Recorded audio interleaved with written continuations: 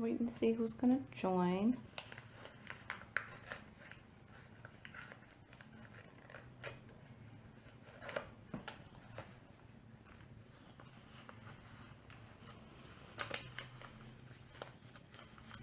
Okay, I'm just waiting for everyone to join.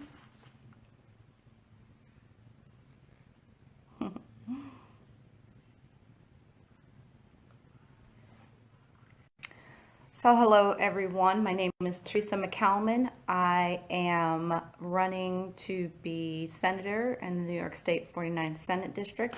And as always, I forget to take off my glasses because there's a glare. But just today's town hall is going to just be mostly about where you can find the information that we have for the updates and animal health, some art stuff, colleges, and some posts that I read that I just want to reiterate and share with everyone. So let's get started. On our website, teresaforsenate.com, we have a COVID-19 page. So this is all information from the Department of Health, CDC, straight from the governor's website, Johns Hopkins University's map that they have on their website that tracks everything all across the country and the state. I think it's mostly the state. I didn't try the country, but I was looking just mostly in the state and mostly in our district when I was messing with their little tools that they have on their website. So the majority of our information is on our COVID page is for our section of the district. So we tried our best to make sure that, I would say my team, and they're awesome because they do the research every day and make sure that throughout the district, whatever county, the towns, villages, cities, all of that information that those parts of the district are distributing are getting to you, but in one place. I know, at least here in Schenectady, the city's website is, and the county also, I should say, is not the best. It's not very user-friendly. It just doesn't, especially doesn't do well on mobile devices. So it's not always easy to click to certain things, especially if there's a large portion of information that is on it. So I know how frustrating it can be, and my team does. So we decided to put everything in one place so that you can at least find that important information in regards to the pandemic or in regards to infections or deaths or recoveries. Actually, I'm going to get to that in your district. I'm just jotting down a note because that was the one thing I didn't put on my bullet list.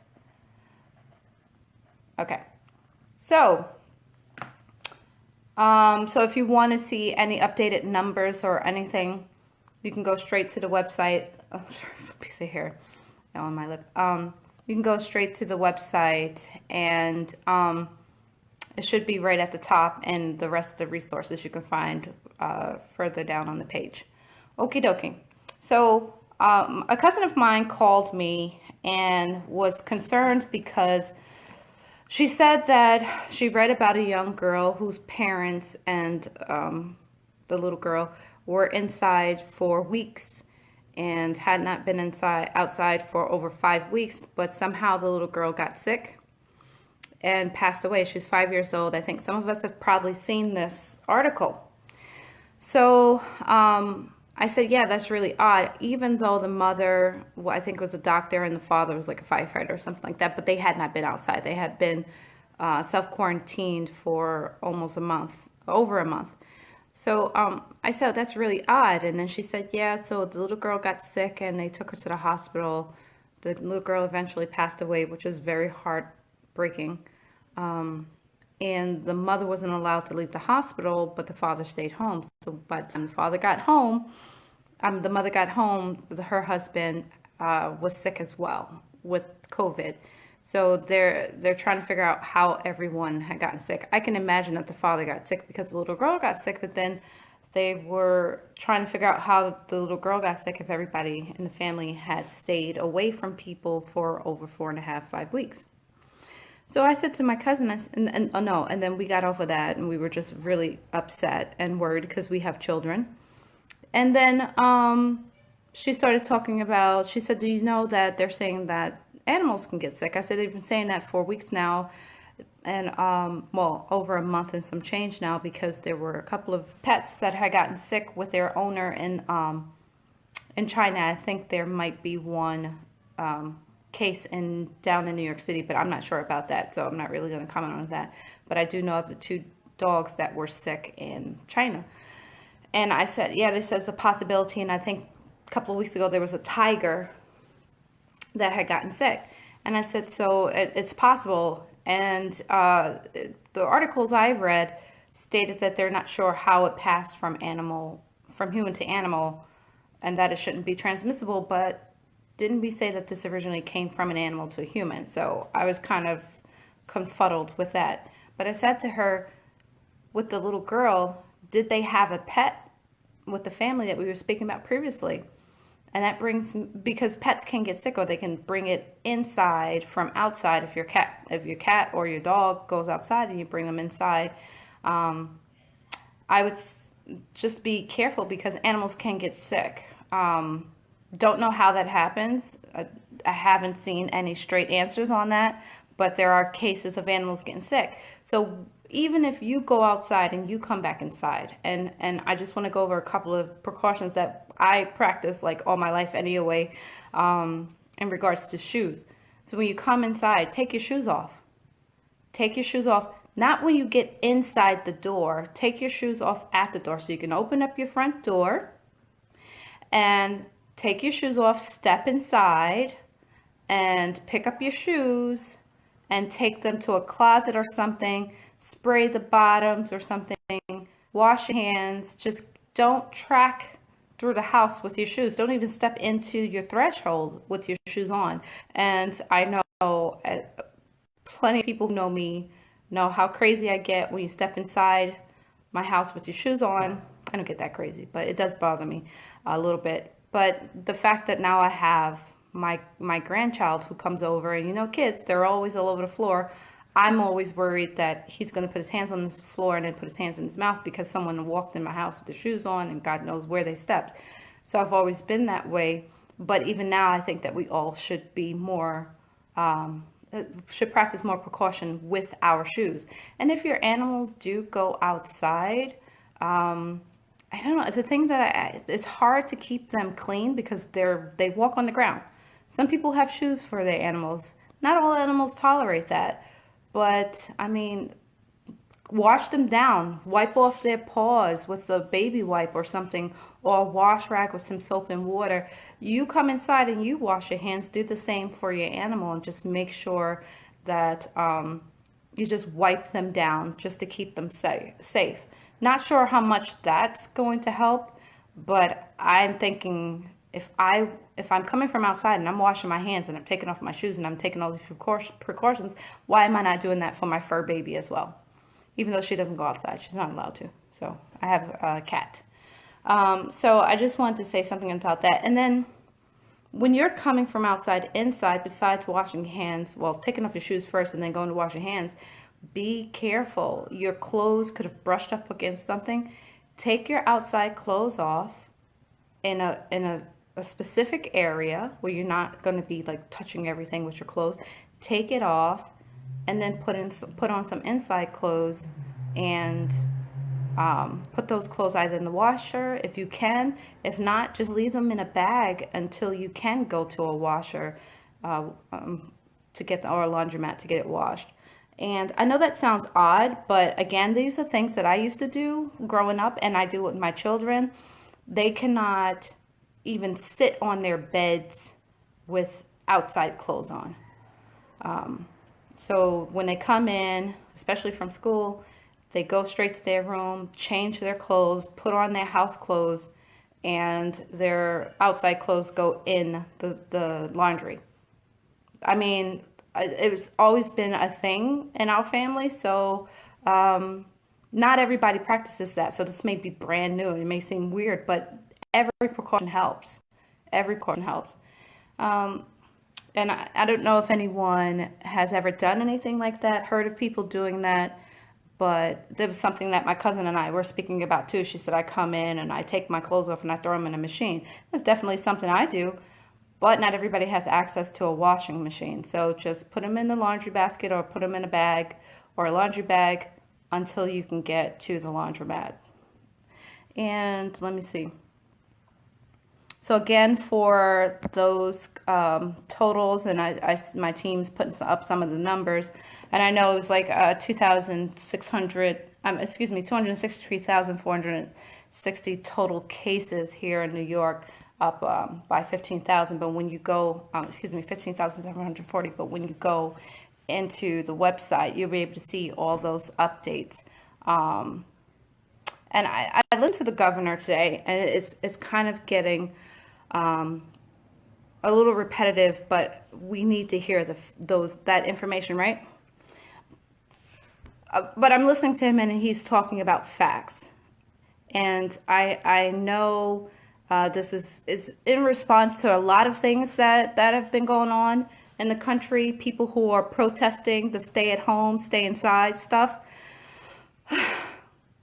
And then others saying that it's not airborne, it's not doing this, it's not doing that because they're not affected or they haven't lost loved ones like I have and some other people have.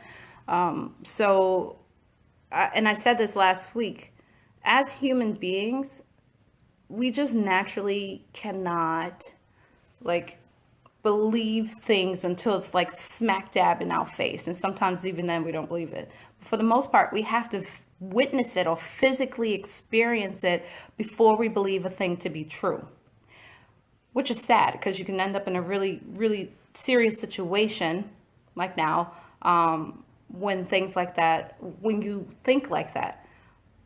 But I think this really, really hit me harder when I heard of my first family member dying down in New York City.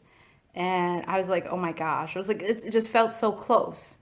And I was trying not to panic. And I was like, okay, stay calm. And I always got to know how it happened. So I'm asking questions and wanting to know why, how could it happen? And that's human, right? That's human. But understand that even with the family that I spoke about earlier, they tried everything that they could, but somehow there was a slip up somewhere. So you really got to be careful. You really, really got to be careful. It just take all the precautions that you can. We're all going to end up being borderline OCD and slightly germophobic. So, but I think that's okay for now until we get a handle on these things. So again, TeresaForSenate.com, TeresaForSenate.com. You can get all that information on numbers, updates, cases, tests, and the next phases. But like I said, just listening to the governor, and I can see why it's so calming and so attractive to people when he's up there talking about what's going on and where we're at. Because like he said, he spits the facts. He says what needs to be said. Okay, that being said, I want to talk about colleges. One of my team members had sent an article, and I had read one, I don't know if it was today, all the days are melding together, but it was a couple of days ago, or yesterday, I'm not sure, that were talking about colleges. Now, I live in Schenectady, so in Schenectady, I know for sure that the college has suspended all graduation, just indefinitely. Like, there's not going to be a graduation. And some people have, and I've seen them on Facebook post that they're really upset that their student, young adult, is not able to, will not be able to graduate college. That's a big deal. I have a high schooler who's not able to graduate high school, and she's upset about that as well. And I also have a middle schooler who's a senior in middle school, and she will not be able to graduate middle school because of this. So it's really, really, really hard. But in regards to the colleges, I just read that Schenectady County Community College will be extending their classes until the summer. So their distance learning and their online classes through the summer. And I want to say to everyone out there, if you're taking classes online through your college, hey Tread, if you're doing that, check with your school, your institution, and see what their plan is for distance learning. Is your semester going to be stretched out? And then on top of that, understanding what it's like to be in college, ask about tuition, because tuition only pays for a portion of college. So if they're going to be extending classes through the summer, how is that going to be funded? Like, are you going to be charged extra? Are you going to get back some money? I would really definitely ask, how are they planning on having this happen if they're doing the things that Schenectady County Community College or SUNY Schenectady is doing. So I just wanted to point that out, because that could be an extra worry that or bill that you really don't need right now at this time. Also, in regards to college, I remember just before I was going to announce that I was running for Senate, I was doing some research on CUNY and SUNY funding. And I was reading about adjunct professors and their pay. And I didn't realize how horrible it was for adjuncts to actually get.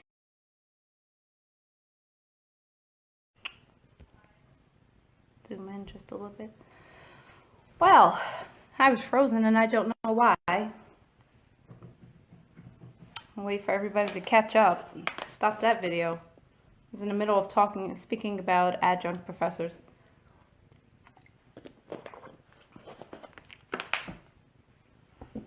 Wait to see if everybody can see me.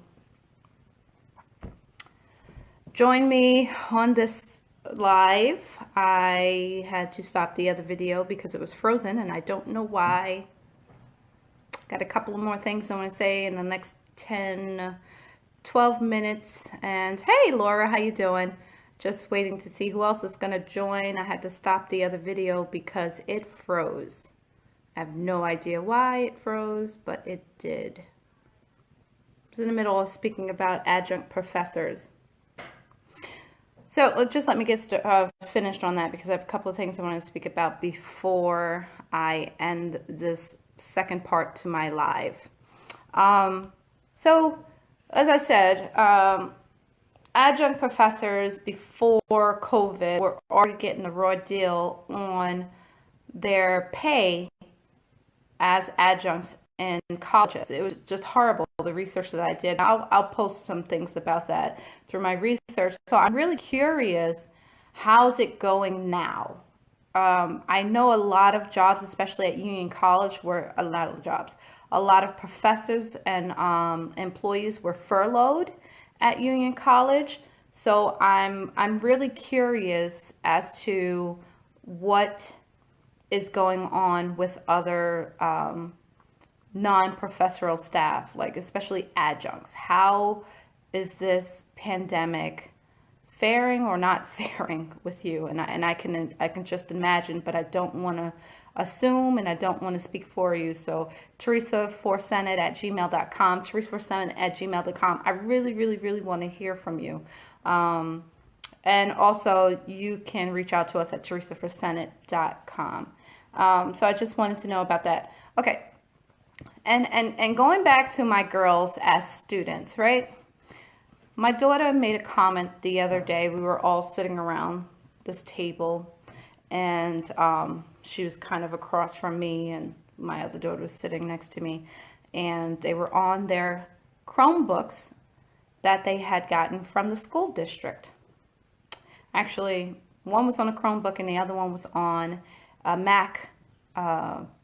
I don't know if they're called MacBooks, whatever they're called. I don't know.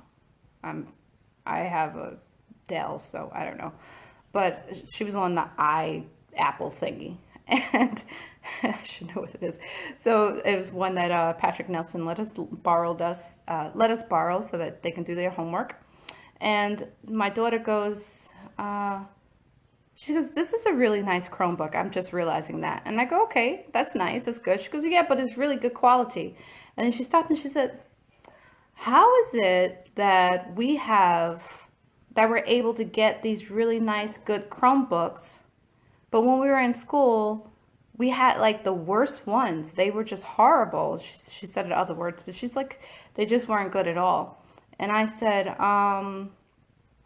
I don't know. I was like, maybe these were sitting in a closet somewhere and they forgot they had them and pulled them out because, all the students in the district needed them because nobody was going back to the class, to the schools, and to the buildings. And she says, yeah, but then again, how is it now that every child can get a Chromebook? And when we were in school, like either we had to share or there weren't enough. And I said, that's a really good question. And a lot of people have been asking that for weeks. And she's like, I don't understand that. And then there's some MiFi hotspots that they're giving to families. A lot of, we're on the waiting list. We didn't get one. But she was saying, and how can they do that, right? How are they finding all these things? So I need to move this over just a little bit because I want to read something that I had read, and I don't remember where I got this from. I think it was on Facebook, maybe Twitter. It's either Facebook or Twitter because that's mostly where I go. And I thought it was something that really spoke truth, right? And I think these are things that we need to think about. And a lot of progressive Democrats have already been asking and yelling and fighting and demanding that these are the things that we should get. And a lot of people were calling them socialists and communists. And as a historian, like that term has been so misconstrued and bent out of shape, just saying. But these are things that we're actually benefiting from now that we were told that was we couldn't afford it. There's no way that we logistically could do that. So one was, let me see, they started out with COVID as showing that many of us do support socialism, but only out of convenience. So one is children could have gotten laptops free with Wi-Fi this whole time. And my daughter had pointed that out the other day. And then with the internet companies, Wi-Fi, internet streaming, the high speeds of internet, our cell phone reception, all of that could have been free this whole time, or could have at least been reduced. The charges could have been reduced to free. Stores could have been allowing seniors to shop for 1 hour unassisted. So when I had seen this, I said, oh my gosh. Now the other stuff, I was like, yes, that definitely could have been something. But when I saw that the food stores were prohibiting other people from going in from a certain time to a certain time, I thought it should have been a longer period of time. But early in the morning, 7 o'clock in the morning to like 8 o'clock for senior citizens only, and for prohibiting everyone else from going, I was like, oh my gosh, that's an awesome idea. But why just then? Why not do it again sometime in the middle of the day? Maybe some seniors have doctor's appointments during the day and then they do their shopping in the late afternoon, like maybe from 5 to 6. Why not give them that time? Most people at that time anyway are coming through rush hour from work to come home, so they're not really going to go food shopping. They're busy in traffic. So why not give that time? That was just my little spin on that. But really definitely appreciate that that's happening now. Stores could have closed earlier to give stockers and cleaners proper time to stock and recover this whole time, right? Yes, treating our essential workers like the essential workers they are, that we value them and their time and their health. College students could have a frozen interest rate on student loans this whole time. I was praising hallelujah. I was like, yes, right? Now we're saying, yes, definitely do that. Do that. Why not? Pregnant women, disabled people, and single parents could have worked from home this whole time. All of us could have worked from home this whole time. Abandoned federal buildings could have been used for homeless people. I've been speaking about that for years. being formerly homeless myself, when I used to see empty abandoned buildings, and this is one of the reasons why I love my Love City shirt. Here in Schenectady, we have a lot of abandoned properties. We have a lot of foreclosed properties. And I driving by, I used to always say to my husband and the kids, man, if I could just like buy up those properties, we would have so much housing for homeless families and just homeless people, homeless vets. Why aren't we using that for there's no way we're in the 21st century. Well, there's a way. It just doesn't make any sense that we are in the 21st century and we still have homeless people. I was shocked to see someone who was homeless and begging for food downtown Schenectady, and I was like, how did I miss this? How did I not see these people before? It was really sad. So yeah, we definitely could be using abandoned buildings, not just federal buildings, but abandoned buildings for homeless people. Students could learn from home instead of being suspended for a lack of transportation to school this whole time. How about lack of food? How about just being used as a babysitter for their younger siblings because their parent has to go off to work and cannot afford childcare? So that parent can work from home, be there with their child, and their school age, I should say their baby, and their school age child will have the freedom to learn on the internet, distance learning, or homeschool. I mean, why not? Why can't it be that way? Bill payment could have been furloughed this whole time. So instead of charging us late fee on top of late fee on top of late fee on top of late fee, including the bill and previous bills, and just adding on all that debt, why weren't we doing this before? Furloughing all the late fees until we get caught up on the bills. Just saying. I think we should, and it's something I definitely would fight for. Will fight for you as your senator. Evictions for hard times could have been delayed this whole time. One of my other family members called me and said, I can't believe that my landlord is asking me for rent. They know that I am not working, but had the audacity to say, you should be getting unemployment. I know you got that extra $600 in your unemployment, and you're going to get it again. And you got that stimulus check. How do you know? How do you know if someone got their stimulus check? Are you like in their bank accounts or something? And then my cousin, I was like, yeah, but, and this is actually one of my family members, my cousin, who didn't get his stimulus check, and he was asking me like, why and how can I find that out? And I said, how does he even know that how do your landlord even know that you should have a stimulus check? And I said, and that's none of his business, first of all. And second of all, that stimulus check is not a rent check. It's not given to you so you can give it to your landlord. That's not what it's there for. It's to help you take care of your family while you are out of work. That's what it's there for. To make sure that we don't go completely under, that us as essential workers and even non-essential workers, that we have some kind of financial fallback. And I'll tell you this, $1,200 is not enough. I say all the time, $1,200 was not enough. Anyway, and then this is pretty much a universal basic income where we can get $1,000 to $2,000 a month from the federal government and work. Think of how much easier your life will be if you had that extra $1,000 a month. We're able to put food on the table, be able to go out and pay bills, maybe eventually purchase a vehicle so that you can actually get to work or drive your kids to school. It's just, all this time we've been fighting for this, and now everyone's like, yes, we'll have it, but only temporarily because it's convenient. Co-pays as well. Insurance companies, and I talked about this last week, co-pays and other out-of-pocket charges through insurance companies could have been stopped, furloughed, done away with. Just saying. I had seen this, and my brain just kept going. A couple of more things before I end this.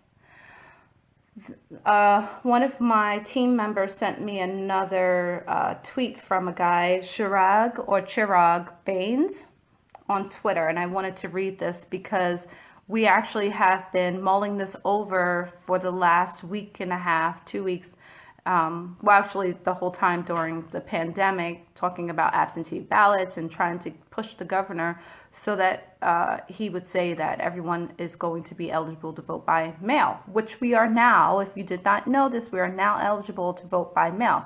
The thing is that there's still a disconnect and a miscommunication between the governor and, I should say, the state level and our local board of elections in all of the different sections of the district all over New York.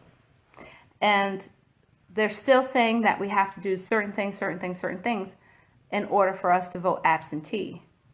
I've never voted absentee, and there are plenty of people out there who have, and I do apologize that I never understood or even inquired how difficult it is to even vote absentee. So I'll give you an idea of how difficult that is, because this gentleman posted on his, and we talked about this too as a team and through different campaigns, that it's ridiculous that we have to jump through all these hoops just to be able to vote absentee. And I apologize for all those who have always been voting absentee and my ignorance in the fact of how hard it was for you to do this. So he posts, he says, to make hashtag vote by mail effective for voters of color, and not just people of color, but for all, because we're all struggling. Not all of us, but a lot of us are. And of course, black and brown people do tend to be underserved the most, but this is what he stated. We need to design voting by mail equitably, not requiring an application, just send the ballots out, not requiring witnesses by a notary or someone else. Really? Does everyone have an extra witness in their pocket or a notary? No.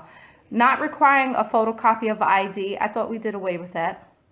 That shouldn't even be a thing. Prepaid postage. That was one of the things that we actually kind of, besides everything else, gawked over. It was like, what?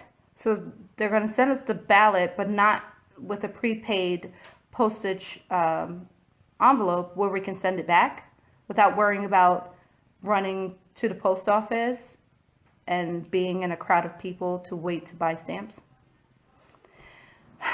Allow postmark by election.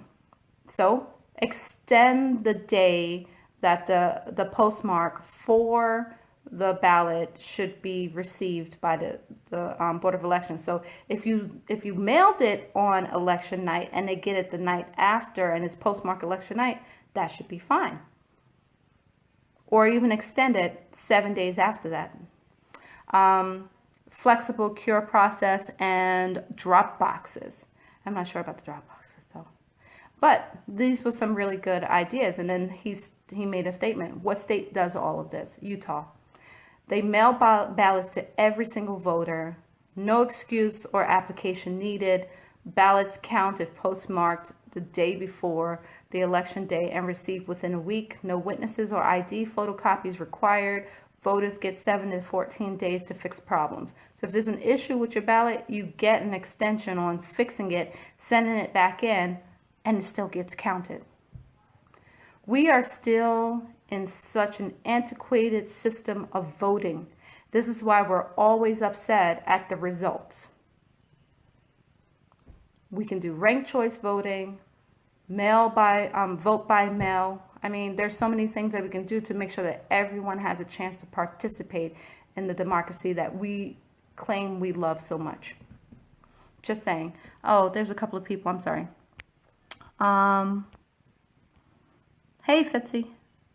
Laura, I have so much I want to say, but I won't on here. I know too much working in the system. Yes.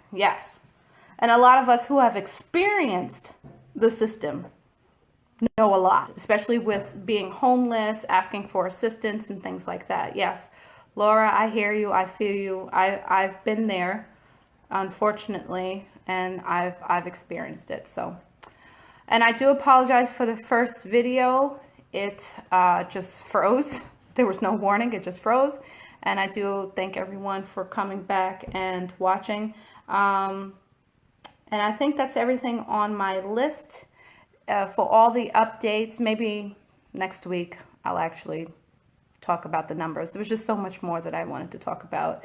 But I'll do numbers, get back to the groove of things, and make sure I'm being consistent. I'll do the numbers next week, and please, if you have any questions, any comments or anything, teresaforsenate@gmail.com, teresaforsenate@gmail.com, teresaforsenate.com/. COVID-19. I was trying to think if it's / or backslash. But you can just go to teresaforsenate.com and find out COVID-19 updates on everything. And if you have questions about getting your banking information to the IRS, should you file, shouldn't you file, we have all those answers as well. teresaforsenate@gmail.com, teresaforsenate@gmail.com. Thank you, everyone. Stay healthy, stay safe, and stay inside.